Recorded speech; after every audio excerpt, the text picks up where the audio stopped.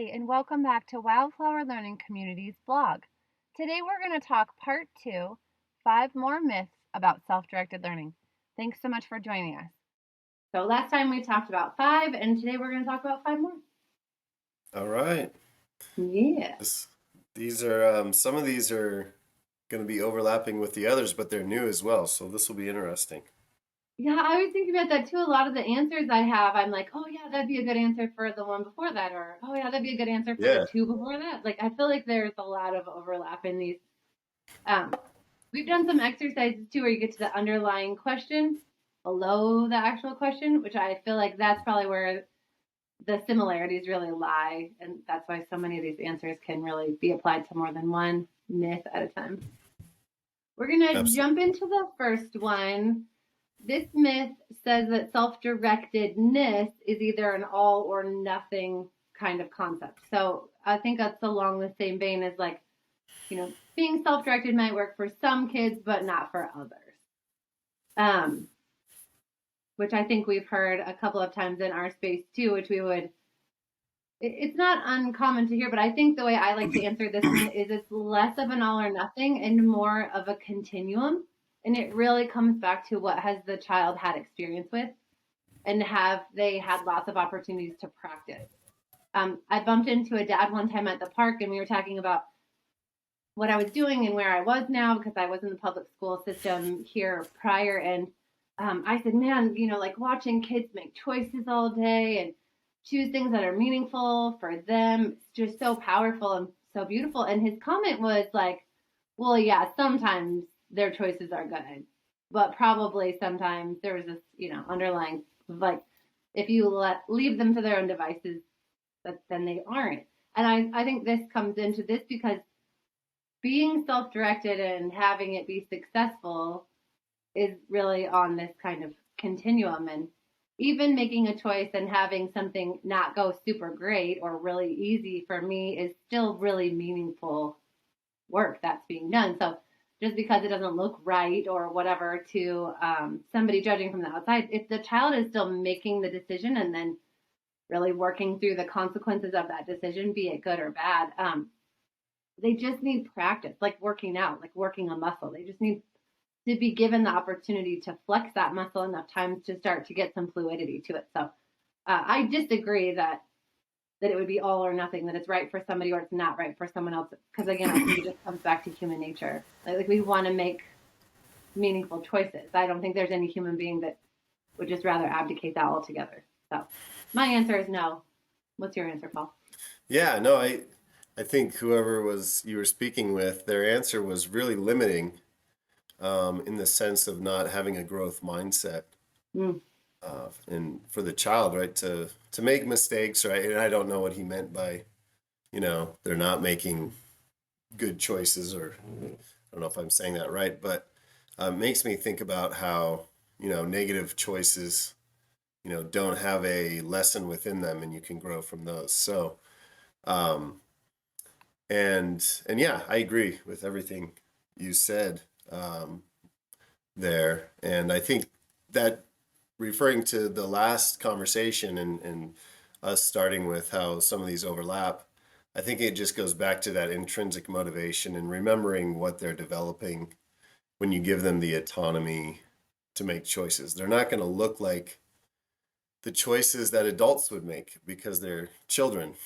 So, but we were talking about it this morning with a parent, and our other staff member, Tiffany, pointed out how so much of her experience playing with friends, say, I think it was video games, but whatever it might be, the problem solving that was involved, feels the same exact way as when she's problem solving it at work with us and trying to solve different challenges. And so, right, that's the thing that can get lost if you have a perspective that's limited. Is there's a whole lot of learning actually going on through that. Yeah. I think probably we could speak to the transition too, especially if you've got somebody who's older. I think this is where sometimes people will look from the outside and say, oh, that kid's not good for self directed learning because they lack that motivation piece, which I'm sure we've talked about 100 times, whether it's been here or somewhere else. But Um, I found a quote from W.E.B. Du, Du, Du Bois. Well, I never know. The Your French guess is version is or the not French version. I can't. I think it's W.E. Du Bois, and I always want okay. to say Dubois. But regardless, uh, there was a quote I read of his the other day, and it was talking about education, and it not necessarily in the context of this.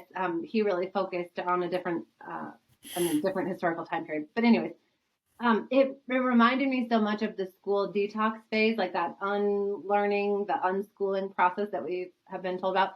Um, but it says before a person can be self directed, their sense of self must be restored, which I just thought was that's it. That's the detox phase. They're coming back into who am I as a person. And it's such an internal process that it can look like a lack of motivation. It can look like a lack of productivity or process, even when you watch them withdraw. But the healing happens when they are restored to themselves and they understand that they have a free will and they have opportunities to make choices and they have the ability to direct their life really in meaningful ways. And I think that unlocks the self directed learning piece, which again, I think just comes back to the humanity of us and our just our natural bent is to affect change in our environment. We want to have happy, healthy spaces. And um, so yeah, I think it all comes back into there. But that quote about finding yourself before you can become self-directed, I think is a lot where we would look at a kid and say, oh, they're not good for the space, or oh, they're not good for self-directed learning. Really, I think what they need, and they just need to be gifted the opportunity to come back into themselves and explore who that person is and what does that person want, without everybody Hmm. telling me what to do all the time. What do I choose to do? So self-directed learning, I think, is really just a human characteristic. It's not good for some and not good for others. So I could talk about that one all day. Yeah, and I think it was, I don't remember if it was in our last video, but somewhere in there, I'm sure we talked about self-determination theory and Maslow's hierarchy, right? Like, right, finding your identity is has to do with safety and having a chance to, daydream and think about things and have introspection in those things, and then you start to figure out who you are. And then, yeah, you do become curious and want to learn about the environment around you. So, yeah, it's just really neat how that quote ties into everything we know about psychology and those things.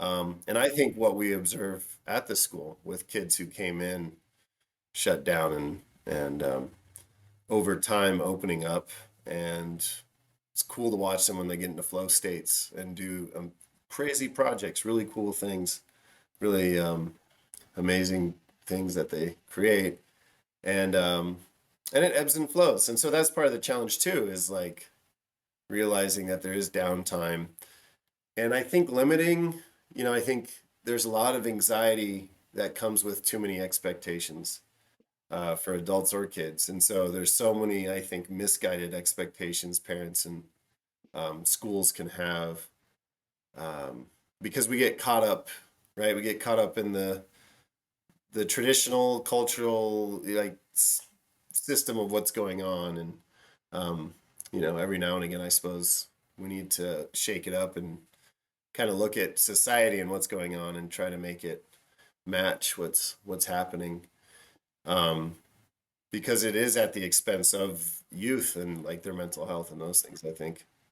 Yeah, yeah. It's always good to question why we're doing what we're doing and how we're doing it, and if it's the best way. It is valuable for us as a culture to wrestle with those things. Yeah, for sure. Yeah, I think for and on top of that, I'm just looking at the question, and right for some kids but not for all. I could see that being the case. We've talked about this. If you have a kid in a family where that much autonomy is just their value system, or whatever they view, Yeah. their philosophy of raising kids and education and those things, um, it can be really tough on the kid. So if they're coming to a space where it takes time to have freedom, to get bored, to get into stuff, and when you don't have full permission to do that process, I think you can get stuck. And so it's not right for all families, maybe you could argue. Yeah. But I think if kids, and this might sound too strong, but if kids are in an environment where they have that permission and they have a strong support system and connection, right? The things you need for self-determination theory to actually work. Yeah. In small cases, right? It'll work for most vast majority of kids, I think, but not all families for sure. Right. Yeah, I think Gina Riley makes that clarification a couple of times too. Yeah, Hmm. it really takes somebody who understands the philosophy and agrees with the way humans are wired to Yeah. learn. Yeah, if you fight against that, it just creates so much internal conflict for the child. That's painful. Yeah. Yeah. And it's hard enough to do when you actually believe it, Like there's still questions like, whoa, wait a minute. Everyone around me is probably thinking I'm crazy. And, you know, so there's a lot of pressure there. And so I can't imagine if you don't buy the arguments and have read the research and buy the research, I guess Yeah, yeah, it makes it really tough. So, for sure. Yeah. So maybe right for humans, but maybe some parents. Just, yeah, yeah. Challenging it's to yes, for society and human cultural beings, norms. it Yeah. would work out. Right. Yeah. Um, and there's a lot more things to say, right? I think we talked about this last time. It's the culture of the school in the sense of if you're having a hard time finding peers, that's not going to work out for you. Right. Or just the environment and the culture doesn't match for whatever reason. Yeah. But if you could find a space, if a kid could find a space where there would be friendships and, Yeah. and, you know, adults around them that cared, Yeah. I think this model, right, in Right. the right Yeah. Yeah. context would work Being for any. self-directed. Right. Yeah. Yeah, yeah. So not to say that Wildflower is for every single child, right? Right. That'd be Yeah. an overstatement. It would. Yeah. Okay. The next myth that brings us into we are in a community of learners, right? So we're a self-directed learning environment. If you're new to what Wildflower even is, Paul and I are the co-founding staff members of a growing school here in Sheridan, Wyoming. So myth number two for us today ties nicely into that because there's this idea that self-directed learning somehow implies isolation. So in a blog post, I teased that like this is, the stereotypical awkward homeschool kid who has no social skills or like, is ostracized by his or her peers, which, you know, it's very tongue in cheek. I don't agree with it at all. But um, that somehow like learning because it's self directed and it's alternative and perhaps it's happening in an unschool society or a situation like at home or with a small group of learners. We're a growing community, but we're still not huge by any means. So the social structure does still have, its points of beauty and its points of contention a little bit too. It would be nice if we could bump up a little so they had some more options to choose from. But do you think that self-directed learning implies that it's like a totally individual process or that it happens outside of relationship or outside of community? How would you? Um, Uh, so no, I think right from the research I'm aware of, most of the studies lean towards homeschooled kids or kids coming from these really smaller schools actually seem to be better off with their social emotional skills and mm, just their aptitude for talking to adults and colleagues and bosses and those things actually. Um, well, so I think it's just there's kind of a myth built in there in its own way. And then another thing that I think is a misconception is that somehow having kids all in a large space, but they're all segregated by same age for the most part, and actually only have spots here and there to truly socialize and be authentic with each other and mm-hmm. actually develop social emotional skills is extremely limited in those settings. So I think, you know, honestly, you can observe it when you go into the space. I think as far as being in both, right, seeing those things. The kids at Wildflower, at least, and a lot of homeschool kids I've met are actually really they seem more confident in a lot of ways and know who they are more and have had plenty of practice because they're free to engage with each other. That's right. They're hungry to interact and do things. What you were talking about, and that's actually how you learn social emotional skills. It's not like I was a health teacher, and I remember you'd go through this curriculum, and it'd be so abstract. Like we're talking about empathy, and right there's lectures or videos instead of kids interacting with each other, hurting each other's feelings, having to resolve conflicts. Like that's where the rubber meets the road actually. And then it's conversations with adults, right? That when needed, they can we can help them with some of those things or um, give them strategies. But that's pretty rare actually. Yeah. It's innate, I think, to learn these things. So Yeah. um, yeah. Yeah, I've been diving into the history of learning and learning theories, and I was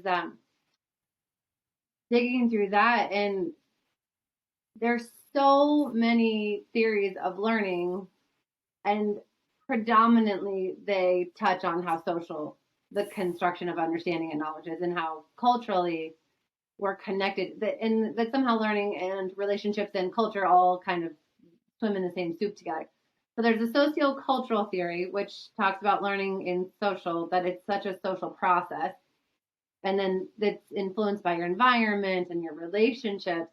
And then there's the socio-cognitive theory, which talks about how learning is acquired through relationships. You're observing the more knowledgeable other. You are, you're watching and you're experiencing things, but very rarely, again, as human beings, we're relational creatures. We don't typically thrive when you're like, isolated for the bulk of your day alone doing whatever you're doing. So it's funny that we would think like, oh, self-directed learning is now going to like change your whole countenance and how we do what we do as humans. But then there's also the social career cognitive theory, which talks about goal setting and kind of understanding what might be possible for you because you see yourself represented, which, seeing somebody who's like me doing something that I haven't experienced yet, and I go, oh, that's possible for me. Which is why diverse representation of people groups is so important in all of those career patterns and paths and opportunities, because that is part of how we decide what might be open to us. I want to see somebody who is similar to me in some way. So it's important for me to see women, doing all of the things so that I understand as a young girl, that's all open to me.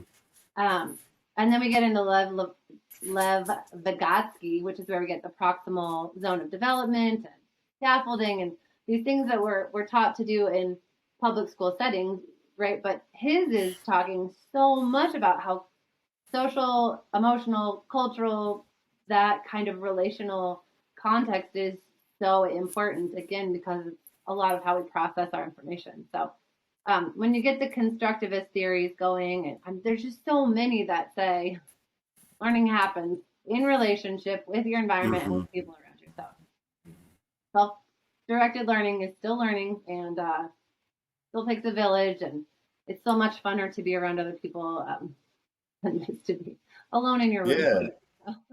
Yeah, absolutely. Yep, we're driven for it. And I suppose I could see where it wouldn't work. And I think Gina Riley mentioned this.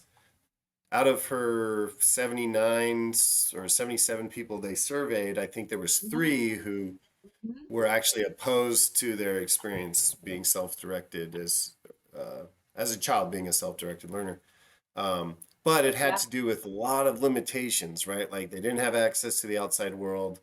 Their parents yeah, possibly had mental health issues and those things. So yeah, the environment wasn't helpful at all. I think Peter Gray noted, like, yeah, letting kids be out on the street, every day, not interacting as a community, you'd have different outcomes, right? But if in a certain community where there's people to interact with and there's books and computers and things to do, yeah, what you just described is exactly what'll happen. So yeah, which probably highlights the importance of the relationships too, because again, like being left, what was the last one was kind of like, oh, they're just left to their own devices, like, being raised by wolves is not a good plan for a child. right, Yeah, because right, relationships are so important in the process. So yeah, that just totally highlights it again. absolutely. All right. Our next question, myth, that I feel like we answered this one every time. It's just always worded differently. It's a sneaky myth. It's always in the way. But they're not going to get the basics. The reading, math, and writing, like, still somehow we're talking about them missing out on content. So, we have a blog on this same topic, and I borrowed Sunset School from Florida. Their response to this is, because I've just said it so many times, I feel like my own words are, I'm tired of hearing myself say it. So I Right. borrowed their response for the blog. But again, like, they do all the things, they get all the things. We have 100 examples just from this week where reading was practical and they needed to have it, and we worked with them through it. And again, they're not being left to their own limitations. There are more knowledgeable others. It's the beauty of a mixed age community. There are really fluent readers, and there are brand new baby emergent readers. And the support is in the environment. So again, if you were in a closet all alone all day, would we have a self-actualized human being at the end of 18 years? No, because you'd be locked in a closet alone without any material. So yes, the environment is just paramount to the success of a self-directed learner. Yes, that is 100% true. And when you have that really supportive environment, then they are going to get all of the basics because they are basics. So math happening all the time, reading happening all the time, writing happening all the time, sweet notes being written, and mail carriers deciding today they're going to be mail carriers and building a mailbox and then delivering messages. Like, it just happens all the time. I think the biggest thing is you just have to let go and trust that it is happening all the time. So as a parent, it's challenging because you're not watching it happen all the time, but Paul and I promise it's happening all the time. Yeah. I think one of the hardest things too is how we're used to seeing it with a schooling mindset, or right. So um, I think a lot of people want their kids to have good handwriting, for instance. And our interview with Dr. Gina Riley, she pointed out how her son had horrible handwriting and had to learn it late, I think, just to apply for college and, you know, basically make sure he was passing whatever criteria he needed as far as handwriting was concerned. Um, but, right, how do we communicate nowadays? It's through typing and text, and it's digital. It's really digital. And I, besides signing, you know, receipts or a check occasionally, I probably use a check more than most people do too. I can't think of really where my handwriting is something that is a big thing. So I think we're in this uncomfortable phase of these skills we're so used to being traditional, and Yeah.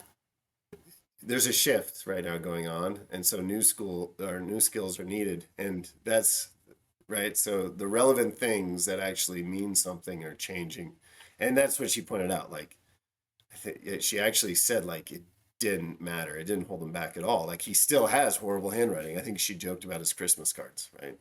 Which is now a joke in the family, I suppose. But um, so yeah, and then I was listening to an episode of a podcast. Marcilla O'Brien, I hope I'm saying her name right. I think is out of Virginia, but she homeschooled her kids, and I think we've talked about the term unschooling, basically completely self-directed, right? No curriculum or expectations in that way. And she was a public school teacher turned homeschooler, but as her two oldest went into college and moved out of the house, she started doing tutoring at kind of I think a private tutoring company for math. And so her background being in math, what she's noticed about public school kids, right, or just any sort of coercion, right, being forced into learning this thing, um, they're missing a real piece of this kind of fundamental intuitional sense of what math is, um, and argues that unschoolers or self-directed kids, it's really it's multisensory, right? They're integrated into it. And I think it was the last conversation we had, or it might have been the virtual open house, about why just hands-on learning isn't good enough. So like you can even try to teach math with blocks, but if a kid's not intrinsically motivated and mentally engaged with it, you might as well just be doing abstract equations again back on the piece of paper in many ways. So um, she just noticed through her boys' experience and working with other unschoolers, and then these children who've been coerced into learning the math, um, the self-directed kids just had a much more concrete, fundamental sense of how math worked. Um, and so, how that foundation was all her sons need, right, to get into college. They had to have certain math classes that were higher up and more formal, and they had real no challenge adjusting to that. One, because they were motivated to learn it themselves, but two, they had this like nice foundation of number sense through telling time and working with money, and just video games was another thing she mentioned. Um, so I think those foundational skills that you just mentioned, right? Like they're going to learn these things because Yeah. they have to. It might look different, and then even how they can show they know this skill, right, is going to look different as well. Um, Right? Because when they're and typing, then yeah, and getting to that deeper level of actually what we're looking for is intrinsic motivation. We're not stuck up here on this conversation of these skill sets that are becoming trivial in certain ways. Automation is changing everything. So yeah, I just it goes back to like how well rounded these people are. Um, and not to say they don't have issues and all, right? Like depression and like there's life's hard, but there seems to be a trend, I would say. yeah, self-directed learning does not create like a utopian existence, right? Like, I mean, I think it was Mm-mm. last time we talked about like this stuff is still hard. Like life is Yeah. still hard. We try to minimize the negatives and maximize the positives, but it's just this is just one facet of life. It allows us a lot more autonomy, which allows us to progress farther into our self-actualization. But it's not a magic wand by any means, but it's beautiful still. Yeah, it's more authentic, wouldn't you say? Like when you allow people to develop in an authentic way, Yeah.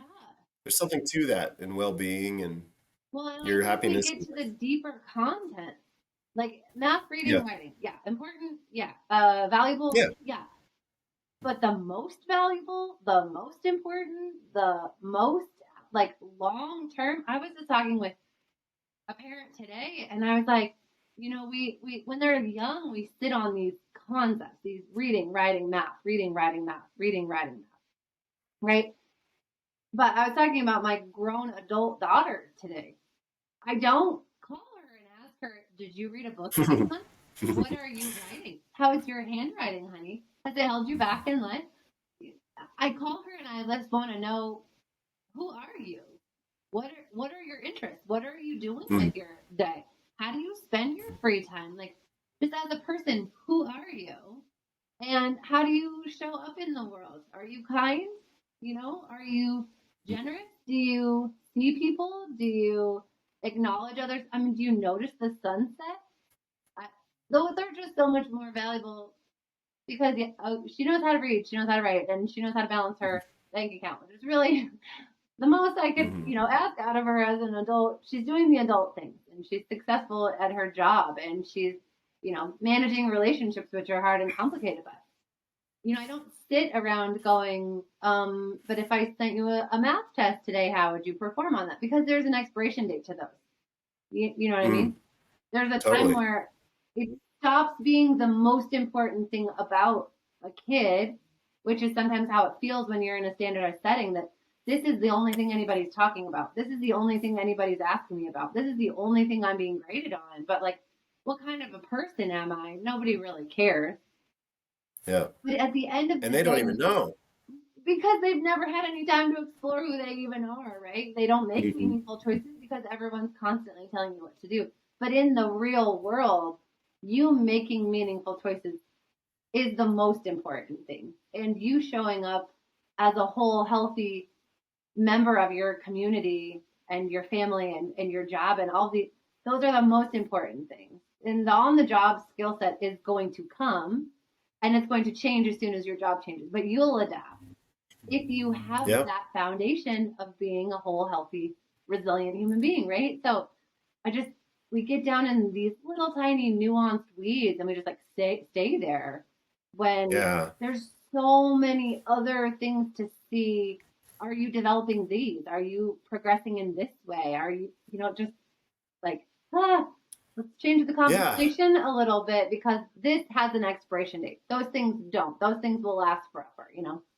Right, right. And the way you describe it, the outlook I hear from you is just, again, it's like so much more positive and like growth mindset and empowering and not um the other conversation that I used, we worked in those things, just the philosophy and the outlook is one of deficits. Oh, so true. Right? It's always looking at the negative and downsides and what we have to fix. So true. Um, and that's what you focus most of your time on, and what that must do to a person as far as cutting them down. Instead of, right, the strength based, like, what are you good at? And let's develop that. And that demands autonomy. Like, you don't know what you're good at unless you can actually freely play around and explore and try things out and fail and really figure out who you are. So, um, yeah, just I think that's what can be frustrating is the the difference between what you just described and kind of that other side. I feel, yeah, it's interesting. Yeah, which is a perfect segue into the other myth that we're going to be talking about, which again, like I really did try to make these different, but it feels like there's so much overlap in all of them. But I promise I borrowed different questions from other places other than just us. Um, Right. but this one, I felt like it talks about play, but it also kind of gets into this culture of entitlement that I think as a society we look at these younger generations and we think that they demand so much of the world and they expect so much of the world and that there's this sense of entitlement. And this myth kind of hit me, which is why I wanted to talk about it because it's connecting a sense of entitlement with the idea of learning through play, which really like bothered me. Which is why I wanted to Yeah, talk for about it with sure. you because the idea that learning through play would add to some kind of pervasive sense of entitlement, which one I kind of disagree with anyways, because I think older generations like to say how younger generations are in lots of negative terms. Anyway, so Yeah. one, I don't Right. I don't sit on this that there's a sense of entitlement, but I understand where people are coming from. However, I don't think it has anything to do with learning through play and that it would feed into some sort of sense of entitlement. So I don't think we bumped into this one personally, but I did borrow it from some others. I feel like, yeah, maybe a little bit, in the sense of, I feel like I have heard if you Ooh, let kids do what they want, that's true. right, you're indulging them. That's true. And Yep. so it kind of reminds me of that. Yep. And I think there's a confusion between what autonomy does for somebody. Um, and there's tons of benefits there. And what like actual indulgence or entitlement might be. So when I think of entitlement, I think good intentions but mistakes, right? Like everyone gets a trophy. Well, here's the irony, right? We force them into an activity and then we give them a trophy for it, even though one kid may have performed better, and then they're looking at the other kid like, wait, what? Why am I even going to try it? So I think that actually gives a sense of entitlement and actually, right, creating dependence. That's where I think entitlement comes from. It's like this unearned, I should get this. Um, and so in like a space like ours, there's autonomy, but nobody's entitled because if you are, you'll get called out, right? Kids are constantly like pointing out each other's injustice and those things. So I think it's just a confusion with a lot of the culture we have. But Yeah, and I think in a space where we're learning through play, I think the other idea that comes about is that it will all be fun and games and it's all easy. So that right, you're right that right, if you indulge them and assuming that everyone is very passive and wants the path of least resistance to get anywhere. And then if it gets hard, they'll quit because you haven't right, made them go through to finish it out and get to the other side, right? Like, Yeah. but Yeah. again, I'm sure we talked about this with play last time, but I had one just the other day.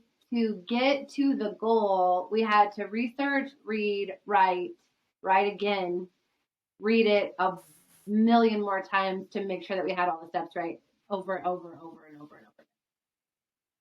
This particular individual is not a big fan of any of that, any of those parts, except for the end Mm-hmm. goal. That's what we The wanted. goal. Yeah. We wanted to accomplish the thing we had set before us. And the learning that happens, they think it's through play because it's play to them, right? Like they've made the choice Mm-hmm. themselves. It seems fun at the time. They're Mm-hmm. all of those things would be Mm-hmm. true about this, but it wasn't fun. So it's play, but Mm-hmm. it's not necessarily easy or fun. And I think that's maybe where the vocabulary almost is a hindrance to us in that regard. Um, because it was like arduous at times. And there were little moments of real frustration because our what we were reaching for was just a little bit past our actual ability at the time. And so really this student had to work hard to get to the goal. But the goal was worth it. So the motivation was there, the internal sense of direction was there, and we made it to the other side. But it wasn't like a bunch of giggling and the whole thing was a giant game. It just was Right. worth it to them to do the hard work. And that's the self directed piece. It's not always going to be the easy game, but it feels like play because of all of the ingredients are there together. It's my idea. It's my say. I have the authority and the power to follow through with this. No one's making me do it. So Yeah. again, tons and tons of responsibility. But it's not the easy way out by any means. Yeah. I mean, think, right? The social play they go through. Yeah. 75% of it is arguing about the rules and who's playing fair, right? Like they don't, I mean, it looks like it's not fun at all, but you can tell how engaged they are, right? This is the most important thing to them right now. But yeah, exactly. It's not easy to negotiate and make sure because they're going against their will to play a certain role, right? I can't just dominate and get everything I want. Yeah, yeah. When And you're playing so, with others, there's a lot of give and take. Yeah. yeah. So yeah, that's so true that those both connect. And it makes me think too, there's something you said earlier. There's a difference between giving kids autonomy to play and entertaining them, right? Like taking them to Dave and Buster's and then the movies and then this and then that. And so I think that statement about play can get confused with entertainment too. Yeah, we can, right? I think those are things that can get confused. Yeah. Can you share the example from our space this week with the soccer tournament? Because you were way more involved in that than I was. But that one looked like so much Sure. work to me. I came back into the space and a kid runs up to tell me all the things that had happened while I was away at a meeting for like 2 hours.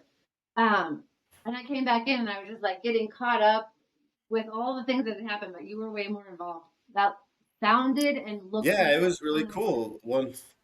Yeah, so one individual who loves soccer and plays soccer um, outside of the school on different teams decided to do a soccer tournament. So he had to convince people to join the tournament, right? And then figure out what teams to have and like what teams would be fair, Mm, right? Um, and then to sustain that, because he made the bracket one day, and then there was a sign that was created. I think somebody helped him make. Um, and then he decided to do an offering, which we have a rule or a law that you have to wait one day for it to happen. So then he had to wait that next day okay. and all that while, because the idea came the morning of, say, Wednesday, and then the tournament happened Thursday or something like that. He had to keep those players convinced, or at least like constantly like, hey, you're still in, right? Like you're coming, and then like convince them to come to the park that day and figured it all out. And we got to the park, and then of course the tournament happens. And while he's not playing, he's playing ref and coach. And for this particular kid, I mean, the social emotional learning going on and the self regulation, because super excited, knows a lot about the sport, Um, in certain ways, I think like is a leader within the space where kids, right, during depending on the activity, right, he's organizing a lot of these things. So he's just that's his ambition is to do those things. Um, and in the games, you could see it was too much at times for the players, the other people in the tournament. So when he wasn't playing in the game and in the ref coach mode, it was shutting the game down. So you'd have kids quitting, and then he'd realize, oh, whoa, like I just right. That was the real lesson was I just went too far because now the play's over. But then the kids would come back, right? So another challenging thing to do. I'm fired up. I'm really mad. I feel like, they're either on top of me too much, telling me what to do. He was actually kind of helping certain teams at certain points too. So kids were getting mad about that. But for them to retry, right, to give it another shot. And then for him to watch through that process, like towards the end of it, he was finding a much better space of giving constructive feedback and helping how he could, but not taking it too far. So that ability to start regulating that and noticing that was extremely important. And then just the problem solving, right? The higher order of thinking of, this is my end goal, and I have to have all these things in place. Um, yeah, it was a really cool process he went through. Yeah, when he came over, he was telling me that like he had the winners bracket. So this team, these two teams would play, and these two teams would play, and then the winners from those would play each other. But then in his strategy and the way he was thinking, I was so amazed this particular kiddo could step into the shoes of whoever was the losers from those two games and wanting to make sure that they still had the opportunity to grow and keep getting better because he knew that playing time had something to do with getting better. So then the losers Mm-hmm. from the two teams would get to keep playing rather than having to sit Mm-hmm. out. Mm-hmm. So then he created the Yeah. other side of the bracket, which just like blew my mind. And I was talking to my husband about it later that day, and he was like, "Oh man, that sounds like what an AD does. That was my job last year. Was to Yeah. think about Sure. all the things that could possibly go Yeah. wrong and try to have an answer before they actually Yeah. did go wrong. And to think about Right. everybody in every situation throughout the entire tournament and then how to manage all of that, but still like keep a good attitude and be Right. positive, like there's Yeah. so many moving parts. Yeah. I was blown away. And his ability to like, hey, I know that sometimes when they get mad, they drop out, but if it's an offering, then they can't. So then my plan can't fall apart if I do it this way, where I've learned from mistakes I've made in the past, which were you have the right to say no. But if you sign up for an offering, then we do have the expectation that you'll follow through with what you said you would do because that's important, right? Mm-hmm. So I was blown away by what like a real grown job that really was. And it was like, oh yeah, I was just playing around, like if you listen to him tell you, it's amazing if you stop and listen, but still at the end of the day, he would be like, I was just playing. But, you know, the depth of the Yeah. iceberg is huge. So Right. yeah. Right. And it's interesting because I know the family and like the history of coaching through that family. And it was honestly like just he was a smaller version of what had come before, right? Like you could see how this would be a real job in the future if we really wanted to. That's so Um, true. and then the most interesting thing, like think when did we talk about competition? I can't remember, but Yeah. how adults can get in the way. So Wow. afterwards, I don't know. I don't remember if it was the particular kid who did that offering or a player was like, "Hey, we all got to shake hands." So every game they were lining up and then shaking hands. At one point, one team was far enough ahead of the other team, so they were helping them score goals. Right?